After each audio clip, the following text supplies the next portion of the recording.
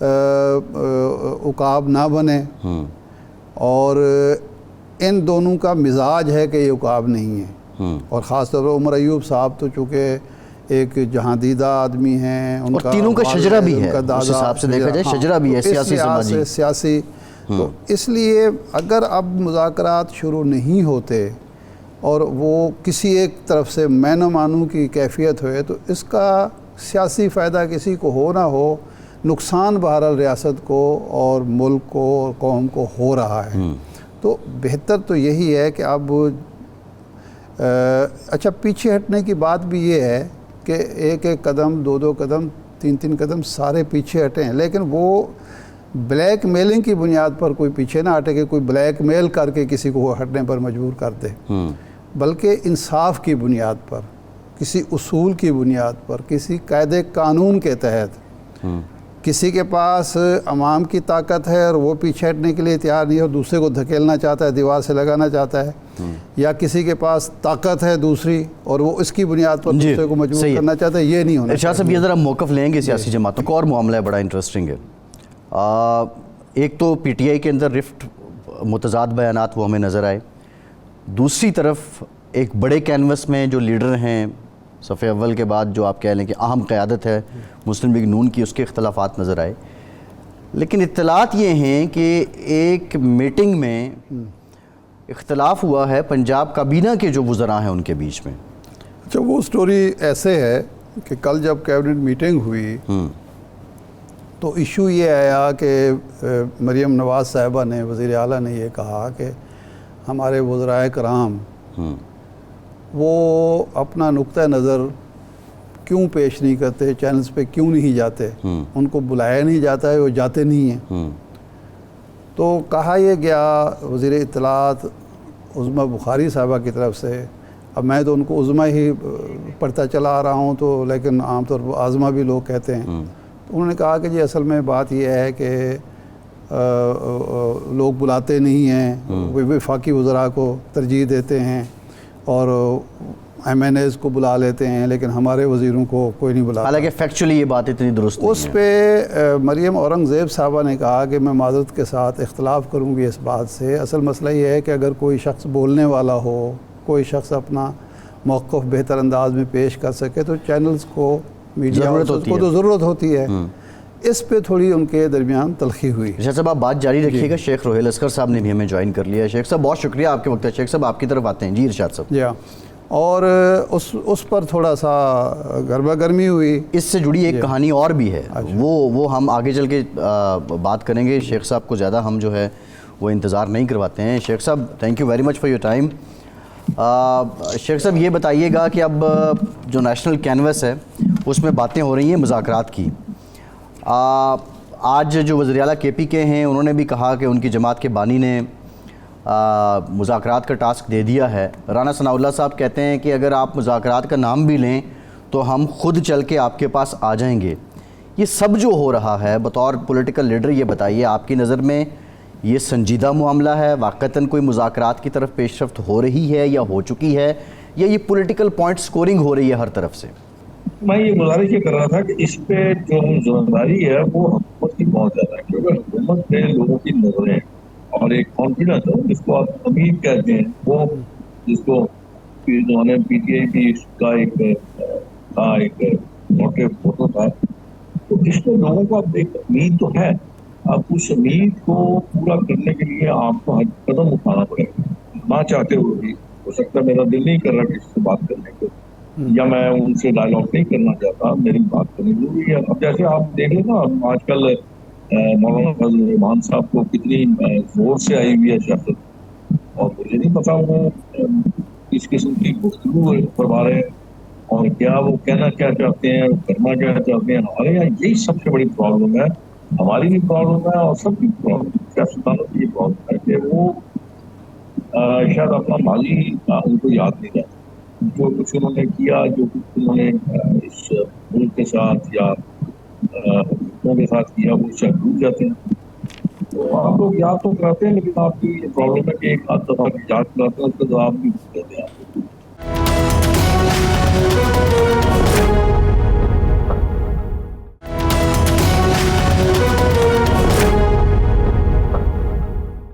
اس میں بار بار یہ بات کہہ رہا ہوں, بار بار آپ لوگوں کے پروگرام میں یہ بات کہہ رہا ہوں کہ یہ حکومت کو چاہیے کہ وہ انیشیٹو لیں, وہ بات کریں اور لاجک پہ بات کریں. میں یہ سمجھتا ہوں کہ ایک میں سن رہا تھا, میں کون سا اس پہ جی شامل تھا, یہ سن رہا تھا کہ وہ شاید پی ٹی آئی یہ کہنا چاہتی ہے کہ وہ عمران کے رہائی پہ بات کریں گے. تو یہ لاجک نہیں, اس کا تو پھر آپ کوئی بھی شخص اٹھ کے یہ کہے گا کہ اس کے بھی 4-10 بندے ہیں جو کہے گا میری آپ جو ہیں.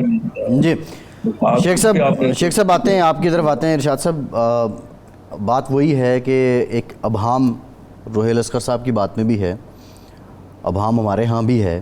نہیں وہ تو لیکن کلیئر ہیڈڈ ہیں, وہ تو یہ کہہ رہے ہیں کہ یہ حکومت کی ذمہ داری ہوتی ہے کہ وہ انیشیٹو لے اور وہ مذاکرات کرے اور اگلی طرف سے جو شرائط آتی ہیں وہ ان کو بھی سنے. وہ کلیئر ہیڈڈ ضرور ہیں, لیکن وہ یہ اس بات پہ وہ بھی ان کا ایک مبہم ہے. وہ کہہ رہے ہیں کہ ابھی جو انداز سیاست چل رہا ہے, جس سے انہوں نے کہا کہ مولانا صاحب کو بہت زور کی آج کل سیاست آئی ہوئی ہے اور ماضی ہمیں اپنا یاد رکھنا چاہیے. دیٹ مینس کہ ابھی تک کچھ انیشیٹ تو نہیں ہوا. نہیں, ظاہر بات ہے کہ انیشیٹ اگر مذاکرات شروع ہو گئے ہوں باضابطہ, ٹھیک. جی شیخ صاحب, اچھا دوسرا اب سوال یہ ہے, آپ شیخ صاحب فرما رہے ہیں کہ مذاکرات کا انیشیٹو حکومت کو لینا چاہیے. اگر اپوزیشن یہ کہتی ہے کہ سی بی ایمز کے طور پر, اعتماد سازی کے طور پر, جو ماضی کی بھی ایک مثال ہے کہ کچھ چیزیں تو ہماری پہلے مانی جائیں اور یہ تاثر دیا جائے کہ حکومت سنجیدہ ہے, اگر وہ قیدیوں کی رہائی کا مطالبہ کرتی ہیں تو حکومت کو آپ کے خیال میں مان لینا چاہیے؟ نہیں, دیکھیں میں آپ کو ایک گزارش کروں, میری آخری بات ذرا سن لیجیے گا. یہ میں نے پہلے بھی آپ کو یہ کہا, اس میں کوئی لاجک نہیں بنتی. ٹھیک ہے, اگر آپ فرض کیجئے ایک 302 کا قیدی ہے یا کسی ایسے محروم کرائم کا قیدی ہے یا اس میں ملوث ہے, تو اس کے پاس اگر کوئی 10-20-50 لوگ شامل ہیں اور وہ کہتے ہیں نہیں پہلے آپ اس کو رہا کریں اور اس کے بعد آپ بات کریں, رہائی کے لیے آپ کے پاس کوئی مینڈیٹ نہیں ہے, کوئی آپ کے پاس اختیار نہیں ہے. رہائی کا اختیار ہے آپ کی عدلیہ کے پاس, آپ کو عدلیہ سے رخ کرنا چاہیے. ایک بات. دوسری بات, اگر آپ عمران صاحب کے بارے میں بات کرتے ہیں تو پھر یہ تو ان کے خلاف چلی جائے گی بات کہ جی وہ صرف اپنی رہائی کے لیے ہی بات کرنا چاہتے ہیں, ان کو پاکستان یا پاکستان کے عوام کے ساتھ کوئی لینا دینا نہیں ہے. تو میرا اپنا ذاتی خیال ہے کہ پی ٹی آئی کو پاکستان اور پاکستان کے عوام کے مسائل پہ ڈسکشن کرنی چاہیے. ٹھیک. بعد میں اگر وہ چلا جاتا ہے تو اب یہ تو ممکن نہیں ہے نا. اب اس میں 2 چیزیں آ جاتی ہیں. ایک میں نے آپ کو یہ کہا کہ عدلیہ کے پاس یہ اختیار ہے. دوسری بات اگر گورنمنٹ کی اس موضوع پہ, اس نقطے پہ گورنمنٹ اگر کوئی کرتی ہے اختیارات, تو پھر عدلیہ پہ ایک نشان آ جائے گا, سوالیہ نشان آ جائے گا. ٹھیک ہے کہ حکومت کس بنیاد پر ان کے ساتھ یہ بات کر رہی ہے, بالکل حکومت کیوں یہ کام کر رہی ہے جبکہ یہ کام کرنے والا, تو یہ پھر ایک سوالیہ نشان آ جائے گا. میرے خیال سے سیاسی طور پہ اس کا نقصان پی ٹی آئی کو اور حکومت کو بھی. لامالہ اگر حکومت اس کو بات کرتی ہے حکومت کو بھی اس کا نقصان ہوگا کہ لوگ یہ سمجھیں گے کہ ان کو ہمارے مسائل کے ساتھ کوئی لینا دینا نہیں, ان کو اپنے ذاتی مسائل کے ساتھ ہے. تو اس لیے میں یہ بات. اچھا شیخ صاحب یہ بتا دیں, یہ فرمائیں کہ خود مسلم لیگ کے اندر یہ انتخابی دھاندلی کے حوالے سے کنفیوژن موجود ہے. جاوید لطیف صاحب کہتے ہیں کہ جی ہمیں ہروایا گیا, رانا صاحب کہتے ہیں نہیں جی ہم تو ہار گئے اور صحیح طور پر ہارے, اور جاوید لطیف صاحب کو بھی اپنی ہار ماننی چاہیے. عابد شیرلی صاحب کہتے ہیں کہ جی نہیں جی ہمیں تو ہروایا گیا. عابد رضا کہتے ہیں کہ نہیں جناب بالکل ہم تو ہارے ہیں. تو آپ کا اپنا نقطہ, چونکہ آپ نے الیکشن بھی لڑا اور آپ ہار گئے, جو اس وقت صورتحال یہی ہے, آپ کا اپنا تجزیہ اور آپ کی انفارمیشن کیا ہے کہ کیا کچھ لوگ آپ کے بھی دھاندلی سے ہروائے گئے ہیں؟ نہیں, اصل میں ہمارے یہاں ایک سب سے آسان طریقہ یہی ہے کہ جب آپ ہار جاتے ہیں تو اس کو آپ اپنی خانہ کا مسئلہ بنا دیتے ہیں. آپ اس کو شرمندگی کی مختلف کرنے کے لیے آپ اس قسم کی لاجکس دیتے ہیں کہ جی ہمارے ساتھ دھاندلی ہو گئی, ہمیں دھاندلی کر کے ہرا دیا گیا. میرا مشورہ دوستوں کو یہ ہے کہ جتنی جلد ہو وہ اپنی اس ہار کو تسلیم کر لیں تاکہ ان کی ایک نارمل لائف شروع ہو جائے. ورنہ تو پھر اسی خسے میں پڑے رہیں گے نا کہ بس وہ کرتا رہیں گے، یا پھر زندگی کرتے رہتے ہیں کہ دل اس طرح وقت گزرتا جائے گا اور حالات ٹھیک ہوتے چلے جائیں گے۔ اگر آپ کے پاس دھاندلی کے کوئی ٹھوس شواہد ہیں تو پھر آپ کے پاس عدالتوں کے دروازے کھولے، جائیے کھٹکھٹائیے اور جا کے اپنے وہ شواہد رکھ لیجیے، کم از کم اور کوئی نہیں تو عوام کو تو پتہ چلے گا کہ کیا ہوا۔ تو میرا اپنا خیال ہے کہ جو اس قسم کی روایات ہے نا یا روش ہے اس کو ختم ہونا چاہیے کہ دھاندلی کا شور ختم کر کے آپ اپنے اصل اور جو مسائل ہیں اس کی طرف آپ کو آنا چاہیے۔ جی صحیح ہے۔ اب میں یہاں بیٹھ کے ایسی دھاندلی کا شور میں بتا ہوں، میرے پاس ایک بھی ثبوت نہ ہو تو اس کو میرے خیال میں شاید مجھے خود شرمندگی اٹھانی پڑے گی۔ اس لیے میں کہتا ہوں کہ آپ کو اصل جو ہے نا پاکستان کے عوام کے یا پاکستان کے آپ کو ان کی طرف دیکھنا چاہیے۔ شیخ صاحب اصل مسئلے کی طرف آتے ہیں۔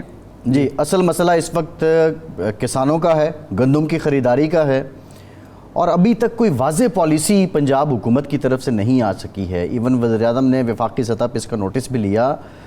اس سے پہلے ایک فیصلہ جو ہوا نگراں حکومت کے دور میں، ساری بات اس پہ کی جا رہی ہے کہ سرپلس گندم موجود ہے، امپورٹ ہو گئی، لیکن جی یہ بالکل غلط بات ہے۔ آج 3 مہینے ہو گئے ہیں آپ کی الیکشن ہوئے، حکومت بنے ہوئے میرے خیال میں 2 مہینے ہو گئے۔ اب دیکھیں نا، بات یہ ہے کہ ایک چیز کا آپ کو علم ہے کہ جناب آپ کی انٹرنل گورنمنٹ نے، چلیے مان لیا انٹرنل گورنمنٹ نے ایک چیز آپ کی امپورٹ کری، ٹھیک ہے، آپ کی اس وقت گندم جو ہے وہ سرپلس پڑی ہوئی ہے۔ اب فوری طور پہ آپ کو چاہیے تھا کہ ان شارٹر ٹائم آپ کو چاہیے تھا کہ آپ اس کو کیلکولیشن کرتے، آپ کو جتنی ضرورت ہے وہ آپ اپنے پاس رکھتے اور کسانوں کو اور جو ایکسپورٹرز تھے ان کو آپ اجازت دیتے، وہ ایکسپورٹ کر دیتے، ایکسپورٹ کر کے آپ نے ان کی جو ایک برڈن تھا یا ایک پریشر تھا وہ بھی ختم ہو جاتا، جو آپ پہ پریشر آتا ہے وہ بھی ختم ہو جاتا، دوسرا آپ کو فارن ایکسچینج مل جاتا۔ تو اس قسم کے جو ہے اپنا ڈیسیژن، ان کے لیے وقت ضائع نہیں کرنا چاہیے، ان کو ڈیسیژنس کو تو ایٹ اسپاٹ آپ کو کرنا چاہیے، اور اس میں کوئی آپ نے کوئی 6واں کلمہ یا 5واں کلمہ تو پڑھنا نہیں ہے جو شاید آپ کو آج پر یاد نہیں ہے، تو اس میں تو کوئی ایسی اور کوئی ہڈن سیکرٹ بھی نہیں ہے۔ اگر آپ کے پاس نہیں ہے ذرائع، آپ نہیں خریدنا چاہتے، یہ پنجاب حکومت کی ناکامی ہے آپ سمجھتے ہیں؟ نہیں، یہ تو سب طرف ہو رہا ہے، پورے پاکستان میں ہو رہا ہے، یہ کوئی پنجاب میں تھوڑی ہو رہا ہے۔ ہاں پنجاب میں چونکہ گندم کی پیداوار زیادہ ہوتی ہے، اس لیے فوری طور پہ ان کو یہ فیصلہ کرنا چاہیے تھا کہ لوگوں کو آپ اجازت دے دیں، جو اپنی جہاں بیچنا چاہتے ہیں وہ بیچ دیں۔ یہ کیا طریقہ ہے؟ آپ یہ تو کوئی طریقہ نہیں کہ آپ ان کو تباہ کر کے پھر اس کے بعد ڈیسیژن لیں گے، اس کا فائدہ کیا ہوگا؟ اس کا فائدہ یہ ہوگا کہ آپ کو اور گالیاں پڑیں گی۔ جی ٹھیک، بہت شکریہ لشکر صاحب، ہمیں جوائن کیا ہے JUI کے سینئر رہنما حافظ عبداللہ صاحب نے۔ حافظ صاحب شکریہ آپ کے وقت کا۔ حافظ صاحب، JUI اور PTI میں قربتیں بڑھ رہی ہیں، کیا واقعتاً JUI اپوزیشن میں رہے گی یا حکومت سے تعاون کا دروازہ کھلا ہے؟ بسم اللہ الرحمن الرحیم۔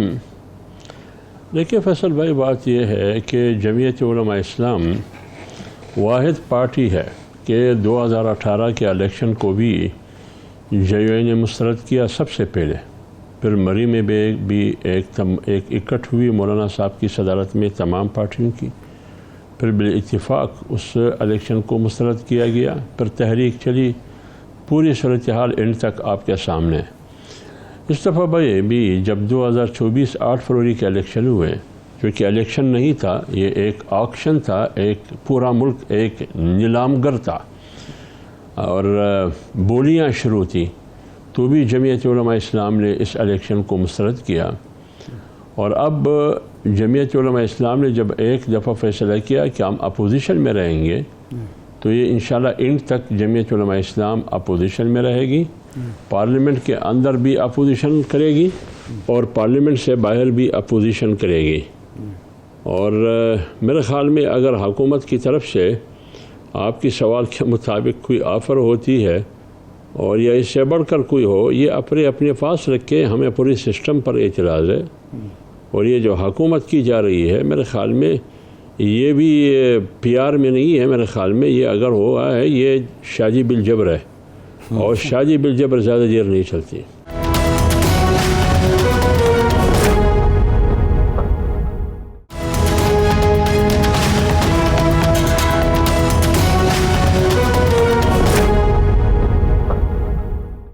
اچھا آپ صاحب، یہ سوال اب بھی اس لیے اٹھ رہا ہے کہ آپ کے جو غلام علی صاحب ہیں وہ گورنر کے عہدے پر موجود ہیں، منصب پر موجود ہیں، وہ نہیں چھوڑ رہے، تو لوگ، اور آج میاں صاحب سے، میاں نواز شریف صاحب سے ان کی ملاقات کی بھی خبریں آ رہی ہیں، تو لوگ یہ سمجھتے ہیں کہ یہ کھڑکی آپ نے کھولی ہوئی ہے پشاور کے گورنر ہاؤس کے ذریعے، تو کیا یہ جو گورنر صاحب ہیں یہ کیوں نہیں چھوڑ رہے؟ ان کو چھوڑ دینا چاہیے، جب آپ نے فیصلہ کر لیا کہ آپ اپوزیشن میں ہیں تو آپ کے گورنر کا بیٹھنا تو وہاں مناسب نہیں لگتا۔ کہ جمعیت علماء اسلام کی کھڑکی تو کیا، جمعیت علماء اسلام کی دروازے کھلے اچھا، سیاستدانوں کے لیے اور سیاسی پارٹیوں کے لیے، کیونکہ جمعیت علماء اسلام کل کی ہفتے، 2 ہفتے اور سال 2 سال کی پارٹی نہیں ہے۔ جمعیت علماء اسلام پاکستان سے پہلے بھی جمعیت علماء اسلام تھی، پاکستان نہیں تھا، اور پاکستان کی 73 کی کانسٹیٹیوشن میں جمعیت علماء اسلام کا مفتی محمود رحمۃ اللہ علیہ کی شکل میں ایک رول، ایک کردار رہا ہے۔ جس کانسٹیٹیوشن کی ہم بات کرتے ہیں دستور کی، وہ جمعیت علماء اسلام کا بنایا ہوا دستور ہے۔ جی، تو لہٰذا کڑکی ہمارے نہیں، دروازے ہمارے کھلے ہیں۔ ایک دوسرے کے پاس جانا، ایک دوسرے کے پاس ساتھ بیٹھنا، اس کا یہ مطلب نہیں ہے کہ ہم اپنے موقف سے پیچھے ہٹیں۔ ہم میاں نواز شریف صاحب مولانا صاحب کے پاس آئے، پیپلز پارٹی کی صف ثانی، صف دوم کی جو قیادت تھی وہ مولانا صاحب کے پاس آئے، جس میں یوسف رضا گیلانی بھی شامل تھے، غالباً راجہ پرویز اشرف صاحب بھی تھے، بار بار پی ٹی آئی کی 2-3 بار ان کی قیادت کی عمران خان کے بعد وہ مولانا صاحب کے پاس آئے۔ تو لہٰذا یہ آنا جانا سیاست میں یہ ہوتا ہے، یہ آنا جانا اگر نہیں ہے تو یہ کسی اور دنیا میں نہیں ہے، یہ جمادات میں نہیں ہے، لیکن زندہ انسانوں میں آنا جانا ہے۔ ہو سکتا ہے گورنر صاحب صبح کے حوالے سے کچھ معروضات، مجھے تو پتہ نہیں ہے وہ کس حوالے سے گئے، لیکن جمعیت علماء اسلام اپوزیشن میں تھی اور اپوزیشن میں ہے اور اپوزیشن میں رہے گی، کسی قسم کی حکومت کا حصہ نہیں بنے گی۔ جی، اچھا، اپوزیشن میں ایک اتحاد وجود میں آیا، تحریک تحفظ آئین، مولانا فضل الرحمان صاحب کا تو ہمیشہ یہ مطالبہ رہا ہے کہ آئین کے مطابق اور 73 کے آئین کے تناظر میں معاملات کو چلایا جائے۔ کل بھی انہوں نے اسمبلی میں یہی خطاب کیا، تو اس تحریک کا حصہ آپ کیوں نہیں بنے، جبکہ اطلاعات یہی ہیں کہ آپ کو مسلسل بار بار دعوت دی جا رہی ہے؟ تو یہ تحریک تحفظ آئین میں کا حصہ نہ بننے کا، یا ان کے پاس بھی یہی دروازہ ہے غلام علی صاحب والا، اسی سے وہ داخل ہو کے آپ سے معروضات کر سکتے ہیں؟ نہیں، میرے خیال میں جو خیبر پختونخوا میں آپ گورنر کی بات کرتے ہیں، اس کی تعیناتی اس وقت ہوئی جب نگران حکومت کی تشکیل ہو رہی تھی۔ اب اگر مسلم لیگ کو یا وفاق میں پیپلز پارٹی اور پی ایم ایل این کو گورنر غلام علی صاحب پسند نہیں ہے تو وہ اختیار رکھتے ہیں، وہ جو بھی فیصلہ کرے۔ مولانا صاحب اس سلسلے میں بھیک مانگنے کے لیے نہیں جائے گا۔ اور جہاں تک آپ تحریک کی بات کرتے ہیں کہ آپ کیوں تحریک کا حصہ نہیں بن رہے، دیکھیں یہ اتحاد بنی ہی نہیں تھی، یہ تو تحریک تحفظ آئین ہے، یہ اتحاد بنی ہی نہیں تھی۔ جمعیت علماء اسلام کی تحریک شروع ہوئی تھی اور ہم نے اعلان کیا، انتخابات ہوئے 8 فروری کو، اور ہم نے سینٹرل ایگزیکٹو کمیٹی کا اجلاس کیا 15 کو یا 14 فروری کو۔ مولانا صاحب نے ایک پرہجوم پریس کانفرنس نے انتخابی نتائج کو مسترد کیا اور تحریک شروع کرنے کا اعلان کیا۔ تو لہٰذا اس اتحاد سے پہلے میری تحریک ہے، اگر کوئی جمعیت علماء اسلام کو تحریک میں رکھنا چاہتے ہیں یا ان کے ساتھ اتحاد کرنا چاہتے ہیں تو یہ صرف بلاوے پہ نہیں ہوتا ہے، بہت سی باتیں ایسی ہیں جس پر بیٹھنا پڑتا ہے۔ خصوص پی ٹی آئی اور جمعیت علماء اسلام کے درمیان ایک خلیج ہے، اس خلیج کو کم کرنے کے لیے اس کے لیے تقدو کرنا پڑتا ہے۔ اچھا حافظ صاحب، سنی اتحاد کونسل کے سربراہ ظاہر ہے جس جماعت کا پارلیمنٹ میں پی ٹی آئی کے لوگوں کے پاس موجود ہے، حامد رضا صاحب، وہ 2 دن پہلے ہمارے پروگرام میں تھے اور انہوں نے جو مولانا فضل الرحمان صاحب کی شخصیت ہے اور جے یو ایف اے کا جو طرز سیاست ہے اس سے متعلق کیا کہا، آپ سن لیجئے پھر آ کے آپ سے جواب لیتے ہیں۔ مولانا فضل الرحمان صاحب کے حوالے سے تحفظات کا اظہار کیا۔ ان کے طرز سیاست سے جو ہمارا ایک اختلاف ہے وہ یہ ہے کہ وہ ایک پریشر ڈیولپ کرتے ہیں۔ جب پریشر ڈیولپ ہوتا ہے تو انہوں نے ایک سرٹن اپنے گولز رکھے ہوتے ہیں، اس پریشر کے ذریعے وہ اپنے گولز اچیو کرنے کے بعد اس اتحاد کو چھوڑ کر پیچھے ہو جاتے ہیں۔ یہ حافظ صاحب ان کے تحفظات ہیں کہ آپ اپنے مقاصد حاصل کرنے کے بعد اتحاد چھوڑ دیتے ہیں۔ حامد رضا صاحب کہہ رہے ہیں، سنی اتحاد کونسل کے سربراہ ہیں، تو کیا جے یو ایف اے کیا رد عمل دیتی ہے اس میں؟ جی دیکھیے، ایک تو بات یہ ہے کہ کون سا اتحاد تھا جو جمعیت علماء اسلام اس اتحاد کا حصہ رہی ہے، اور جمعیت علماء اسلام نے وہ اتحاد چھوڑ کے باہر نکلی۔ آپ کو یاد ہوگا 25 جولائی 18 کے الیکشن میں سب سے پہلے تمام جماعتوں کو اکٹھا کیا تو مولانا فضل الرحمان صاحب نے اکٹھا کیا۔ مولانا صاحب کا موقف یہ تھا کہ ہم نے اسمبلی میں نہیں جانا ہے، لیکن تمام پارٹیوں نے کہا کہ ہم نے اسمبلی میں جانا ہے۔ مولانا صاحب نے اپنی رائے کو قربان کر کے ان پارٹیوں کی رائے کے ساتھ اتفاق کیا۔ پھر آپ کو یاد ہوگا 2020 ستمبر میں جب پی ڈی ایم بنی 10 پارٹیوں کی، جس میں پی ایم ایل این اور پیپلز پارٹی شامل تھی، تو پی ڈی ایم تو آخر تک تھی، لیکن بیچ میں 6 مہینے کے بعد یا 5 مہینے کے بعد کون سی وہ 2 پارٹیاں تھیں جو پی ڈی ایم سے نکل گئی، اے این پی اور پیپلز پارٹی۔ تو لہٰذا حامد رضا تھوڑا ماضی قریب کا جو تاریخ ہے جمعیت علماء اسلام کا وہ بھی پڑھی ہے۔ ابھی اگر جمعیت Ulema Islam P M L N کے ساتھ جو پرانا علیہ ہے میرا یا پیپلز پارٹی کے ساتھ نہیں ہے، تو یہ اصولوں کی بنیاد پر نہیں ہے، کیونکہ 2018 کے الیکشن کو ہم نے دھاندلی زدہ کہا اور انہی پارٹیوں نے بھی دھاندلی زدہ کہا، اور انہی پارٹیوں کی یہی مینڈیٹ تھی، کچھ کم آج کچھ اضافہ، یہی مینڈیٹ تھی۔ انہوں نے کہا کہ دھاندلی ہوئی ہے، آج اسی مینڈیٹ کے ساتھ آج بیٹھے ہیں، کہتے ہیں کہ دھاندلی نہیں ہوئی ہے۔ میں نے اس وقت بھی کہا، میری پارٹی نے قیادت نے کہ دھاندلی ہوئی تھی، آج بھی کہہ رہے ہیں کہ دھاندلی ہوئی ہے، اور یہی پارٹیاں اندر بیٹھ کے پی ٹی آئی بھی کہہ رہی ہے بابانگی دول کے دھاندلی ہوئی ہے، پی ایم ایل این کے ساتھ بیٹھ کے ان کے سینئر اراکین ممبر پارلیمنٹ رہے وہ کہتے ہیں کہ دھاندلی ہوئی ہے، کمروں میں بیٹھ کے کہتے ہیں کہ دھاندلی ہوئی ہے۔ یہ کس قسم کا الیکشن تھا؟ آج بھی 45 اور 47 فارم ترتیب دیے جا رہے ہیں اور باقاعدہ لوگوں کو دیے جا رہا ہے۔ تو جمعیت علماء اسلام کا موقف ایک اصولی موقف ہے۔ حامد رضا صاحب کا میں احترام کرتا ہوں، لیکن وہ اتنی بڑی پارٹی کا لیڈر نہیں ہے، وہ بالکل ایسے ہے ادب کے ساتھ انڈے کہیں اور سے لائے ہیں اور مرغی کو انہی انڈوں پر بٹھایا ہے، کڑکڑ کر رہا ہے، لہٰذا یہ کڑکڑ اس کو پیدا نہیں دے گا، اس کو نقصان دے گا۔ صحیح۔ اچھا حافظ صاحب، اگر آپ تحریک تحفظ آئین کا حصہ نہیں بنتے، کسی اتحاد کا حصہ نہیں بنتے، تو آپ الگ تنہا اکیلے تحریک چلائیں گے یا اسمبلیوں میں بیٹھ کے ہی مخالفت کریں گے موجودہ حکومت کی اور انتظار کریں گے کہ یہ مدت پوری کرے پارلیمنٹ اور اگلا الیکشن میں عوام سے رجوع کیا جائے؟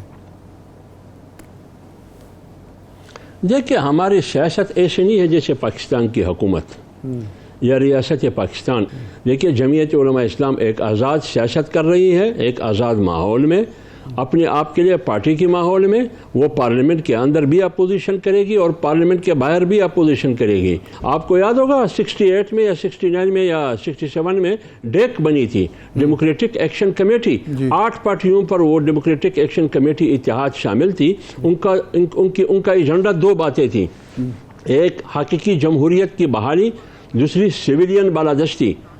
آج 68 سے لے کر آج یہی 2 باتیں ہیں، سویلین بالادستی بھی نہیں ہے اور حقیقی جمہوریت بھی نہیں ہے۔ جمعیت علماء اسلام تو 68 میں بھی ڈیک کا حصہ تھی، آج بھی جمعیت علماء اسلام اسی موقع پر کڑی ہے۔ لہٰذا جمعیت علماء اسلام کی سیاست بچوں کی سیاست نہیں ہے، وہ بالغوں کی سیاست ہے۔ لہٰذا جو بچوں کی سیاست کرتے ہیں، اقتدار کی پجاری ہے، ذاتی اقتدار کے لیے زر، زمین اور ذاتی اقتدار کے لیے جو سیاست کرتے ہیں، وہ آپس میں لڑتے بھی ہیں، جگڑتے بھی ہے، جس کے نتیجے میں ملک اور قوم کو نقصان پہنچتا ہے۔ جمعیت علماء اسلام اس سیاست پر، زر، زمین اور ذاتی اقتدار کی سیاست پر یقین نہیں رکھتی۔ صحیح، ٹھیک، بہت شکریہ حافظ حمداللہ صاحب۔ ارشاد صاحب، پروگرام کا ٹائم ختم ہوا، بہت شکریہ آپ کا۔ آج کے پروگرام سے اتنا ہی، اپنا فیڈ بیک ضرور دیجیے۔